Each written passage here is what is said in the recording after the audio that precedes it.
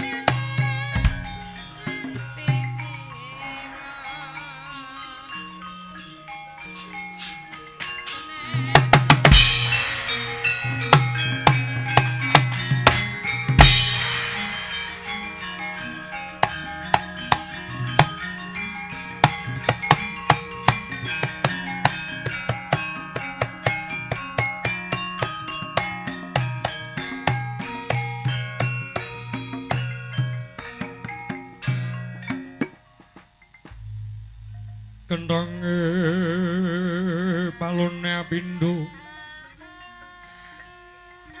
weng sithik kakung karangyang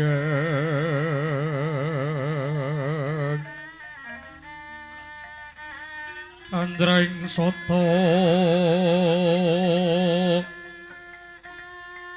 kakaluru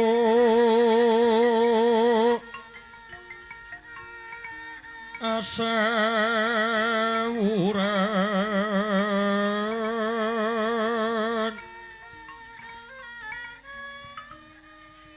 samono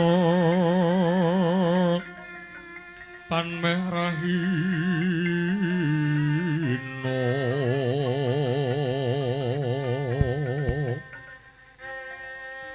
mekokek katon sumirat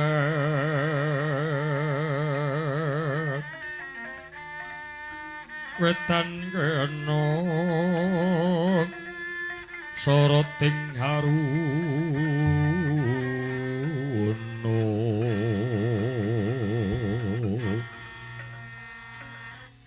lerenetrane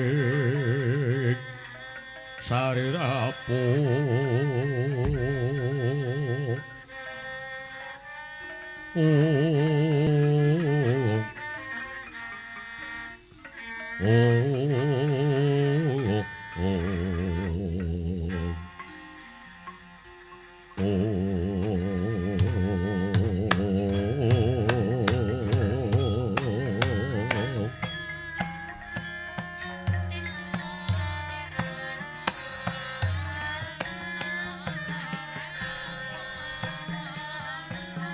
Palukon lakuning lekas lungita linuting gitu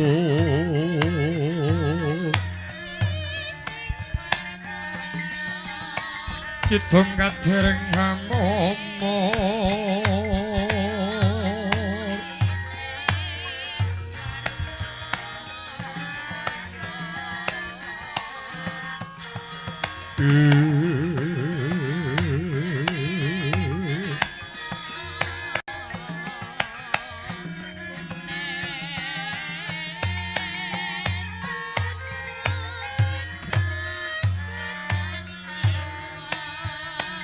Sang Prabu Biswa Warna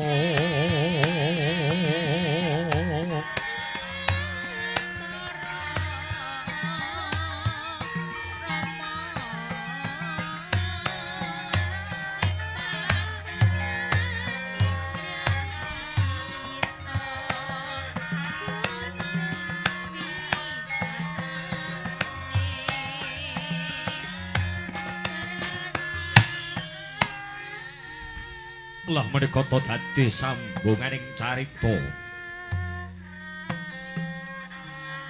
nenggih kang mapan wonten negari Singlapura Sintata kang asta pusaring praja ana negara Singlapura paparapya Sang Prabu Bisawarna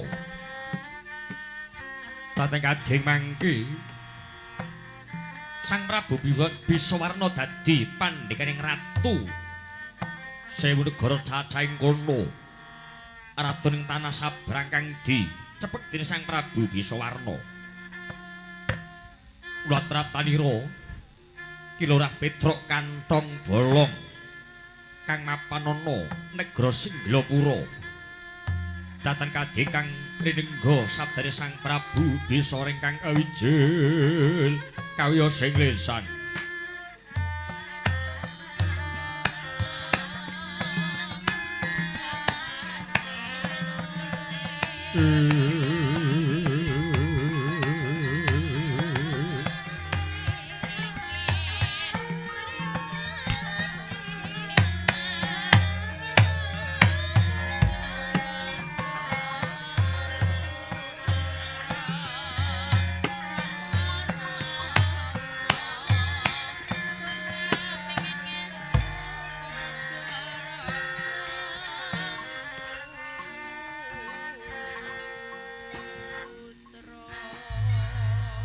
ya ning kaloka kadilang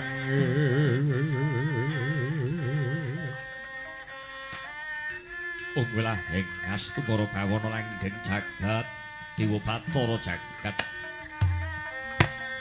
dene kita waspadake kaya lurah Petruk kantong bolong yen ora pangling nggonku semono tau saben jagung lawan jeneng sira kulah Petruk kantong bolong lho napa ndara kula bisa warna nika nate saben jagung kulah Petruk kantong bolong oh nggih ngaten Den nggih nyewes cukup pangapura Den kula menika cumantaka wantun nempel kamardikanipun ndara kula Prabu Bisawarna karep wonten bae wigati kang bakal kula andharake pinangka sesulisanipun Bapak Semar. Kula kang putra Petruk tansah ngaturaken salam taklimipun Bapak Semar kok Den. Iya ya Petruk. Apa kang dadi baya sedamu dina iki rasah dadak pekiwuh mara gage blakakno. Rasah jeneng salamun Petruk kantong bolong rikuh ringo-ringo. Nggonmu dina iki saben jagung lawan Rat Prabu Bisawarna ana negara Singlapura. Ngaten Den nyun sewu. Sakdayanipun nyun sewu ingkang ageng. Nyun pangapura ingkang awerat dene Petruk kantong bolong menika ibarate mung gedibal 17. Kok kumawantun kula menika gadah panyuwunan lan nyuwun tulung lan nyuwun sabiyantu ndara kula Bisawarna. Petruk, apa kang boyo tiket sedhamu iki dina? Ngaten Den nyuwun pangapura. Abot-botipun kula dipun ngengeri kalih adi kula menika Senet. Apa bapakmu Semar Badarana duweni putra kang aran Senet? Menika sanes kadangipun Petruk nanging menika anak angkatipun Bapak Semar. Anggenipun malah dening Bapak Semar menika ngangsalkan grahan wujudipun putra ingkang aran pengadi kula menika Bambang Senet ingkang kepengin ngenger kalih Bapak Semar. Lah mila anggenipun piyayinipun adi kula Senet menika nggih bagus, watakipun nggih luhur, lajeng dipun pendet putra kalih Bapak Semar. Lah menika dungunipun ngancik tataring dewasa. Ngancik tataraning dewasa wujudipun lare nem-neman ingkang sampun gandrung kalih kenya mboten saged dipun bendung katresnanipun mboten sanes kalian Nini Ayu Wewangi putri saking Ndarawati kang pawarap Endang Lara Temon. Ratu Ndarawati kadangku Prabu Sri Bathara Kresna uga duweni anak Endang Lara Temon. Sangatene Prabu Bisawarna kadangku Ndarawati ya ning putra ya mung Setyaka, putra Taduresna Bama Narkasura. Lah kok Ratu Ndarawati duwe putra Mijil Pawestri kang wewangi Endang Lara Temon. Lah niku nggih ngaten. Kocape kang Ndara Kresna nggih malah dihening ngisep-sepaning swasana tapa brata. Lajeng menika wonten wujudipun Lari Pawestri. Ninggo gak kepengin ngenger kalih Ndara kula Kresna lajeng dipun pendet anak malih ngaten Den. Oh. Dadi ki dina Senet ki anake bapakmu Endang Lara Temon ki anake Ratu Ndarawati. Nggih, leres menika. Lajeng menika adi kula Senet menika boten saged dipun bendung tresnanipun. Saben dina boten kersa dahar, saben dina boten kersa ngunjuk. Ing pangacap napa ingkang dados sedyanipun ingkang wewangi Endang Lara Temon niku yen durung dijatuh krama menika mboten sekeca manahipun. Lajeng Bapak Semar ingkang ngutus kula dados wakil adi kula angebun-ngebun enjang anjejawah sonten tumuju wonten Pendhapi Agung Negari Ndarawati. Kadadak anyarengi kula Ratu Mandura nenggih bendara kula Baladewa nenggih dados dutanipun negari Ngastina. Lah menika dadah antaranipun kula kalih Ndara Baladewa kapisah dening Ndara Kresna. Sinten to ingkang saged ngwujudake wujuding kreta kencana kangge titianing ponanganten kang dilarapake ya kuwi sing bakal mboyong endang lara temon kados ngaten Den. Oh Petro. Kaya ngono jebul tinemune. Abot kang dadi sanggamu dadi dutane ngadimu senet. Iki dina sing duweni wujuding kreta kencana titianing raja. Iya mung Prabu Bisawarna. Iya Petro. Yen pancen iki dina arep kok gawa sadela nggone nglarapno pengadimu senet ora dadi boyo pangko. Oh ngaten Den. Niki katur keding panuwun. Yen kados mekaten kula sewu duka nyuwun pangapura malih lan agenging panuwun dene Kang Ndara kula tansah maringake wujuding srana kreta kencana kangge titianipun adi kula senet. Waduh Den. Bebasan Padyar tumrawang lan kaya sesiram tirta sawindu paribasane kula menika saged mujuti punapa ingkang dados karemaning Ratu Ndarawati ning Ndara kula Kresna. Iya ya Petruk kantong bolong. Mulai iki dina ayo tak arep saka wujuding negara Singglapuragawa ning Karang Kadempel Petruk. Daya-daya apa kang dadi sedyaning adimu senet muga-muga kinodrat dening jagat kapurba dening dewa. Kelakon gegambuhan ngrakita lingas mara bangun sataning bali wisma kanthi nyadong berke Gusti Kang Maha Nasa wujuding kreta kencana tak paringake lawan Petruk kantong bolong sawetara dina iki.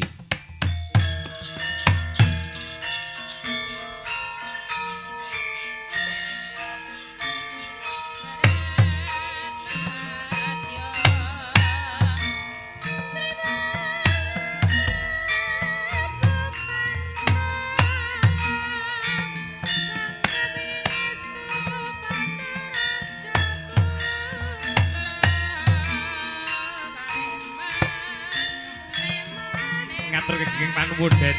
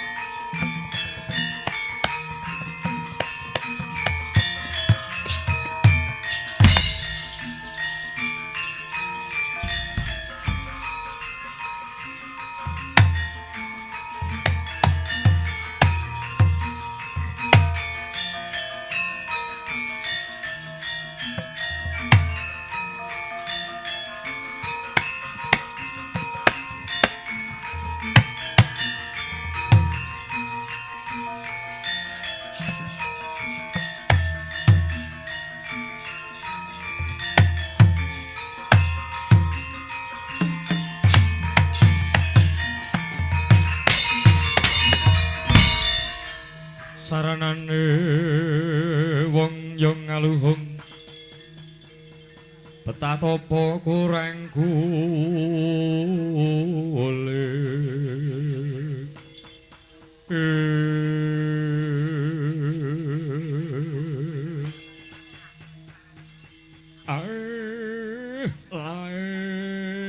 lai mbregegak ugak embel sadulita nggir anakku bocah bagus anakku sing jentara Bambang Senet kula wonten tinimbal ingkang adhawuh Kanjeng Rama Semar Tole ora nyono rang legiwa babar wisan ya Tole nggonku momong karo kowe tumapak ing dewasa iki dina Senet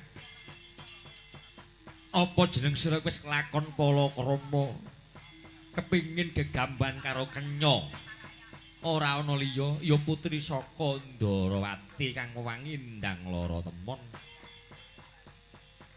Bapak Semar jagat boten wonten papat donya boten wonten lima ingkang dados jejantung ati lan sesetaning nala nika nggih namung putri saking Ndarawati kang wangi ndang lara temon mila dinten sak mangke daya-daya kula ingkang boten saged mboyo ndang lara temon alewung kula enteke pejah kula Pak yer aja kaya ngono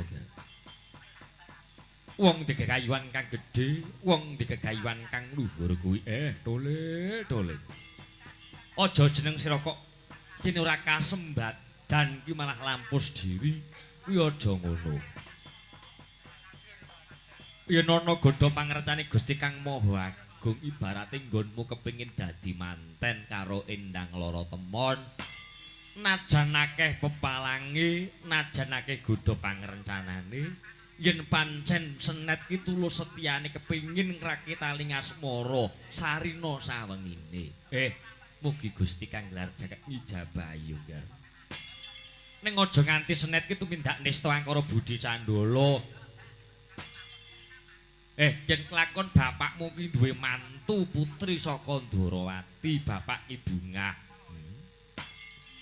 kuwi nek kelakon nek nganti ora kelakon Senet aja gelo mergo urip ning alam donya kuwi menungsa kuwi wis duweni jodoh dhewe-dhewe duweni derajat pangkat dhewe-dhewe mergo menungsa ki cinitak padha ning ginaris beda Tole Senet piye nggir Bapak Semar lair tumusing batin kula menika tresna kalendang lara temon menawi boten kasembadan pedah napa kula gesang wonten ing Madyapada kowe seneng tenan karo Endang kowe seneng lair tumusing batin karo Endang lara temon inggih lair tumusing batin kula menika tresna tresnamu ana ing lami sing lambe apa tumus saka ing Senet Bambang Senet tresnamu mung lamis ana ing lambe apa tulus saka atimu nggih boleh menika tumus wonten lair batin kula mboten mawi wonten ing pucuking lambenipun Senet yen kowe terus lair tumusing batin aja mbok gelakno atine ya yen kowe wis nglakoni ala ya wis pisan kuwine aja mbok baleni mergo eling menungsa iki dunungan ina lali murka kuwi menungsa yen kowe ora duwe lali ora duwe ina ora duwe menung ora duwe murka ibarate iki ora sampurna urip ning beja-bejane wong lali isih beja isih ana sing ngelingke mula tak elingke ya wis pisan kuwi mau aja baleni meneh ya yen nganti Bapak Semar kira kelakon duwe mantu putri Ndarawati ibarate apa to sing bakal tak umbulke iki dene wong kowe Senet yen nganti Bapak Semar kira kelakon Senet karo Endang Lara Temon kuwi ra dedaupan pedah apa isine pun apa Bapak Semar aku ngerti nggonku ngraketani asmara ki ndelik-ndelik karepun bapakmu Semar to iya to Tole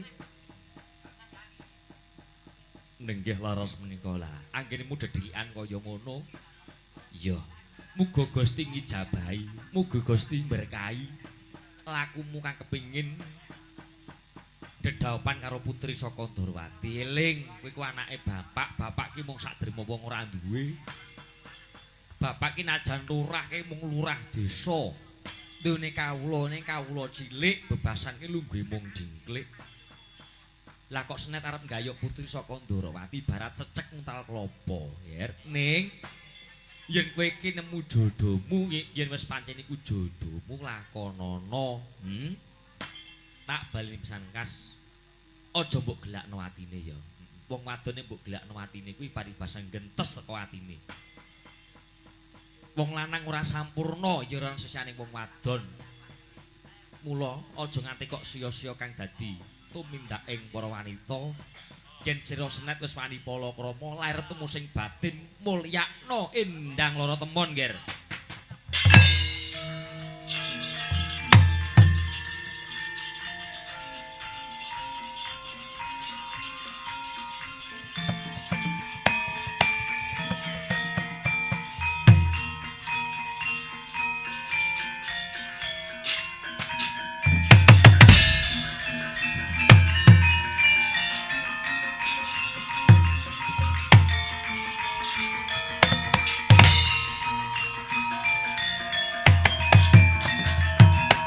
Putra teng godha kang guru yogi tuta sang Sri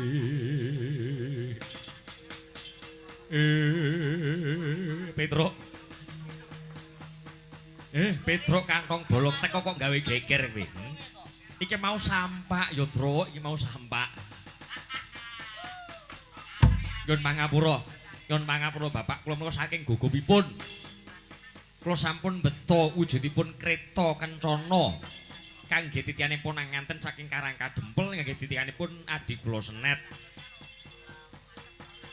Kagem srana lumaraping pinanganten kakung sampun wonten menika pelataran Karangkadempel. Dole Senet.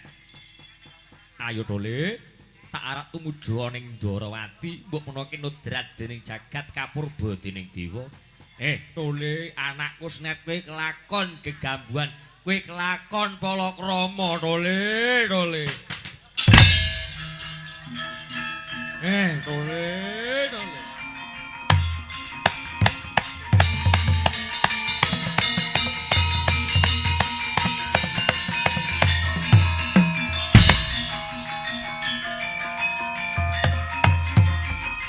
Ayo Dole.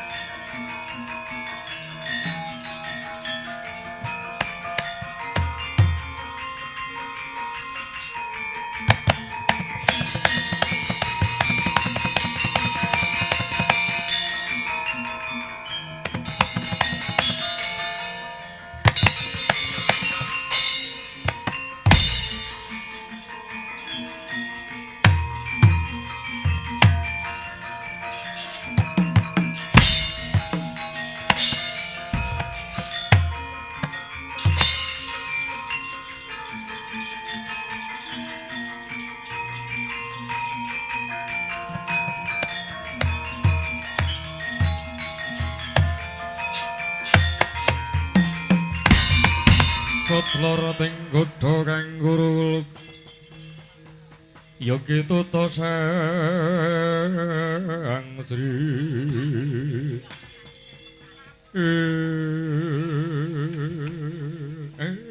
Nun pangapura Den kula menika ingkang prapta kalih anak kula Senet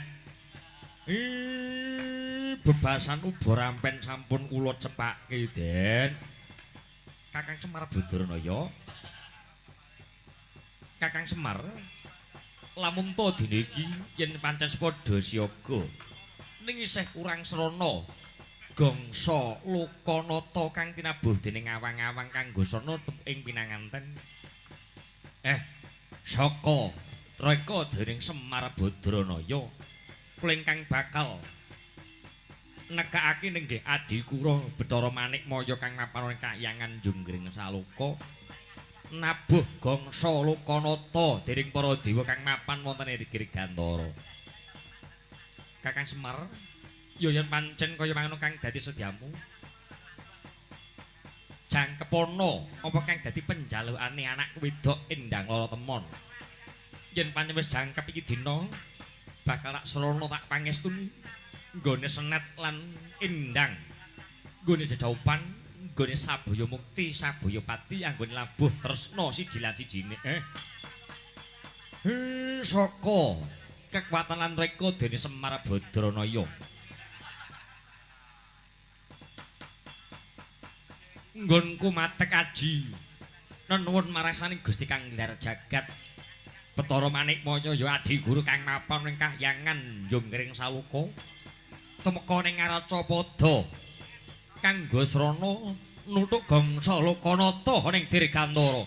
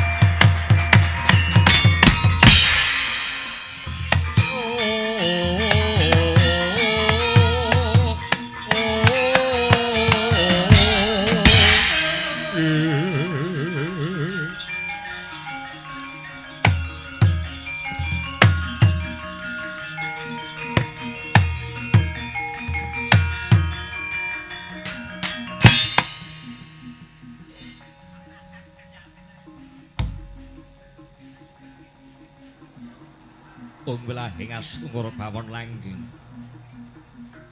Kakang Semar Badranaya ponaku kang wis ngerti apa kang dadi sedyamu iki dina bakal tak estokne apa kang dadi sedyamu gangsa Lokanata kang dinabuh dening para dewa kang mapan ning Dirgantara tak estokke Kakang Semar Badranaya.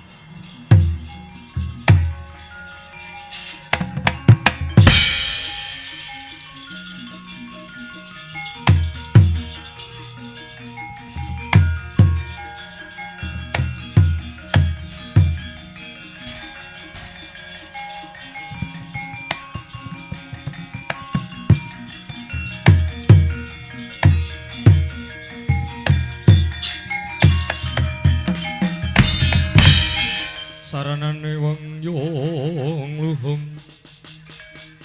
petah topo kurang golek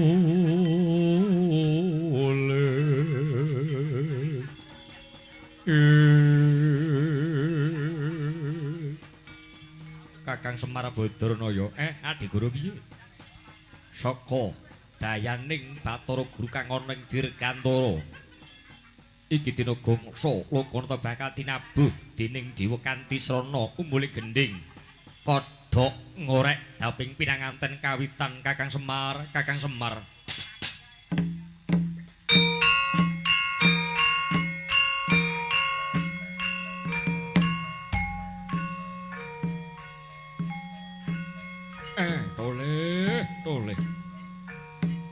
toleh Senet toleh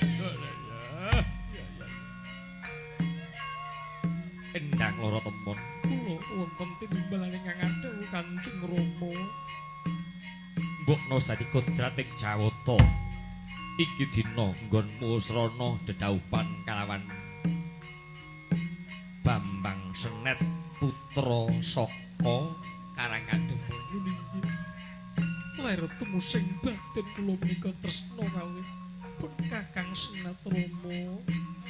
Mugi-mugi Rama Kresna tansah pangestunipun napa ingkang dados setyanipun kula. Iya, Yang ini bocah ayu anakku nggir. Iya. Tak sediane apa kang dadi niat lan tulusmu Senet? Kula wonten tinimbalan ingkang adawu. Aku titip marang anakku wedok Endang Lara Temon ya Senet. Kodrating Jawata kan ku sedaupan sakloron. Aja nganti tukar padu siji lan sijine. Muga rahayu lir dodo. Muga gangsar anggonmu bangun bali wisma nggir.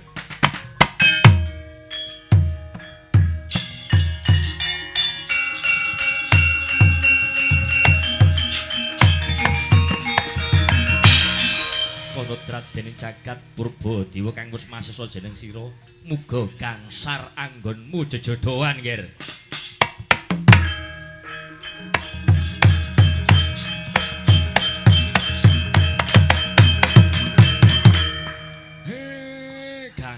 Gus gangsar. Anakku nggir Bambang Senet apa dene Endang Lara Temon kang wis gegambuhan wong loro kekarune aja padha kapadu siji lan sijine ya Dole. Bapakmu Bungah Lamata Senet wis kelakon gegambuhan. Di. Bungah rasanipun atinipun Kang Pedruk, Di. Kula dina iki antarane Endang Lara Temon lan adiku Senet wis gegambuhan Pak Bungah rasane atiku. Dole. Sawetara suka-suka munggonmu iki dina mapanana ning Tilamsari nggonmu dadi asrana dadi nganten. Coba kaya ngapa urip dhewe karo urip wong loro ki rasakno Endang Lara Temon apa dene Bambang Senet.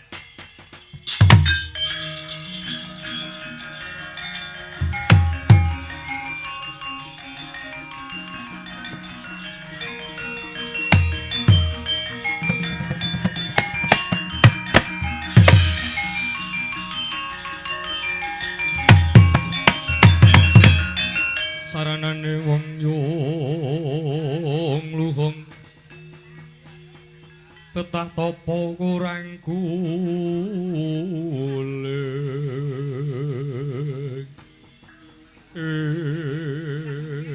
Wah, adiku Senet wis dadi nganten karo Endang Lara Temon, wis mlebu ana ing Tilamsari ya Tilam Pagulingan. Wah, mesti bocah loro iki wayahe. Dole, Petruk aja kaya ngono, Dole. Iki isih ana Paseban Agung Negara Ndarawati. Kakang Semar Badranaya. Bocah loro kuwi mau aja ditegake.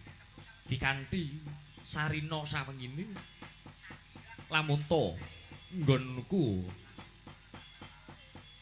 ngangkat Endang Lara Temon mbok menake dadi sasmitaning jagat. Rasaning pun atining nata Ndarawati ya Prabu Kresna ki kok Endang Lara Temon kuwi dudu sadengahing wanita pawestri. Semanten ugi kula nggih ngaten kok, Den. Kang putra Bambang Senet niku kok sok kala mangsa menika benten lagak laguanipun. Yen wujudipun bocah desa wujudipun pun bocah Karangkandhemul mawon kok lagak laguanipun kok mboten kados pekaten. Mula coba kados napa, Den? Monggo kita tingali sarang-sarang menika babaring cariyos menika kados pundi, Den?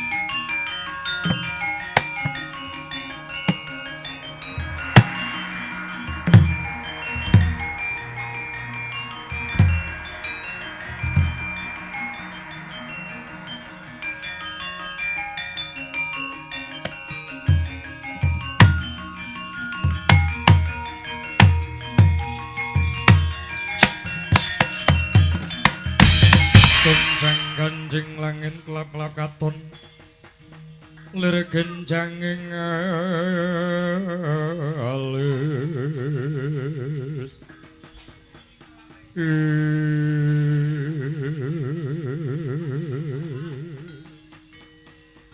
Kakang Bambang Senet Dinindang lara temon kepiye Kakang Bambang Senet Nini endang lara temon piye ora usah dadak kowe jawil-jawil kaya ngono Aku wis dadi bojomu lho Kakang Mergo aku lan kowe yen wis gegambuhan kaya ngene iki wis wayahe gawe adik Aja kaya ngono Nini lagi wae udakara urung ana 10 menit awak dhewe didhauke. Lah kok wis arep gawe adik aja kaya ngono ndendang lara temon. Lah nek aku wis ingin piye? Yen kowe ingin ya mpeta luwih dhisik ya Cahayu. Lah nek aku wis kudu piye? Masa aku polah gawe dhewe ora kok kancani.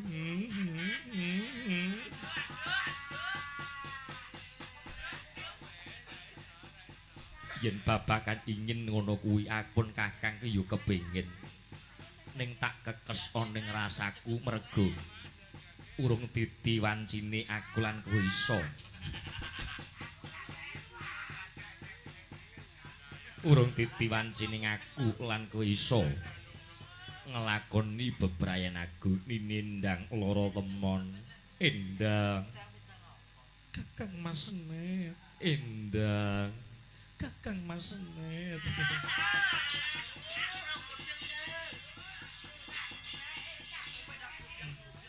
para cantrik peromban padha geger ngerti kemesraan ning awake dhewe ya Kang ya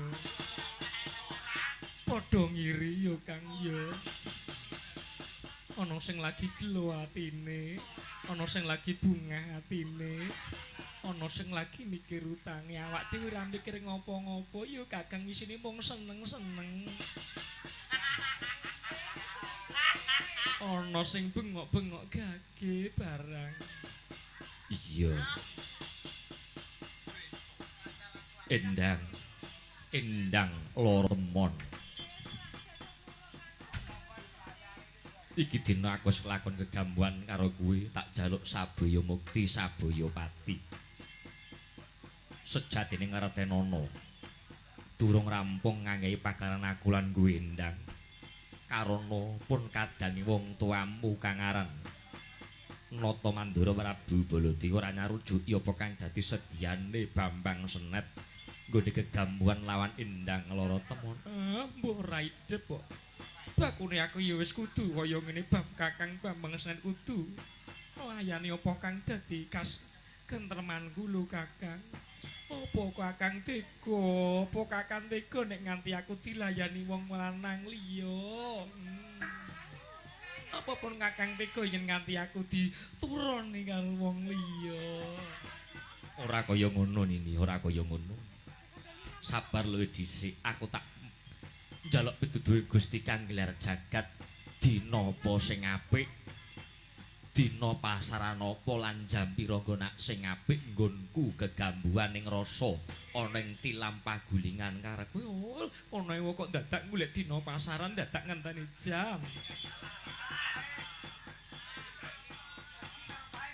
lah kok dadak ngenteni jam barang yen urung titiwancine kok tak bubari mundak ana tragedi sing ora genah mundak ana kejadian anak di luar nikah mula kok tak golek dina sing apik golek jam sing becik nggonku iso gegambuhan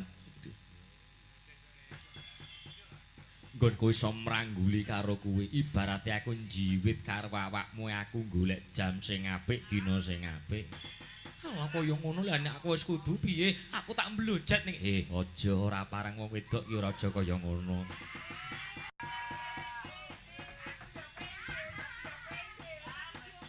Aja kaya ngono wong wedok ki ora parang kaya ngono.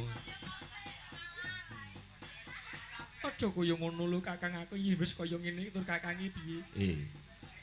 Endang loro temon. Mlengak orene kae Kakang iki. Kang ramamu kang temeka ora. Ya.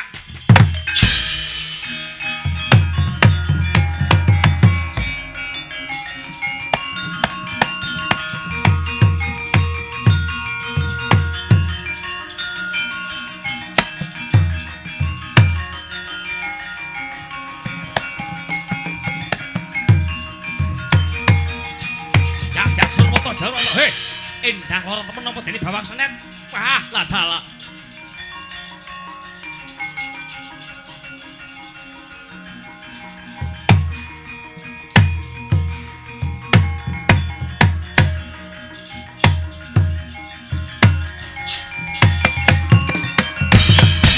Oh, Yayi. Yayi Darawati kok piye to? Yayi Darawati ku kepiye? Ana Paseban Agung ana Pasaman Agung ana negara Darawati lah kok malah iki dina senet antarane ndang wis jedhaupan kok kadange iki ora diaturi pirsa iki piye oh alah Bambang Senet endang ora temon kula wonten dawuh lho kowe kok nyeluk aku wong iki sejatine sapa sejatine iki sapa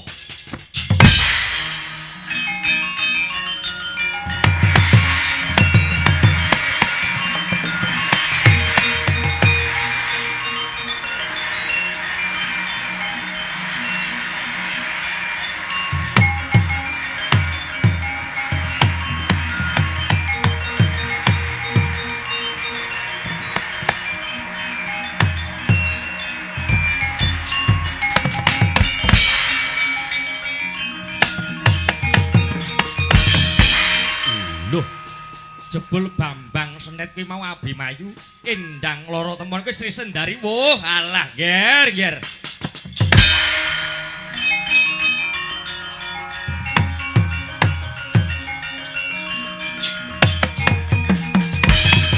loro teng godha kang guru kulup ya kituta sang Sri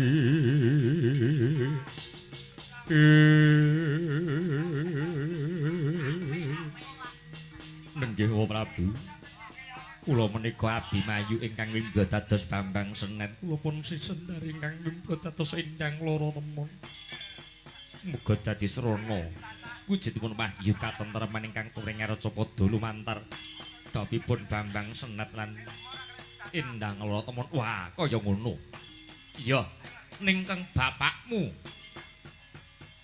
ya kadangku nata Ndorati sing gawe gegereng jagat mula dina iki sasana suka-sukaha nggon karep nentremke kana negara Ngastina karana sejatine Bambang Senet lan endang loro temon kuwi mung sasmita nggir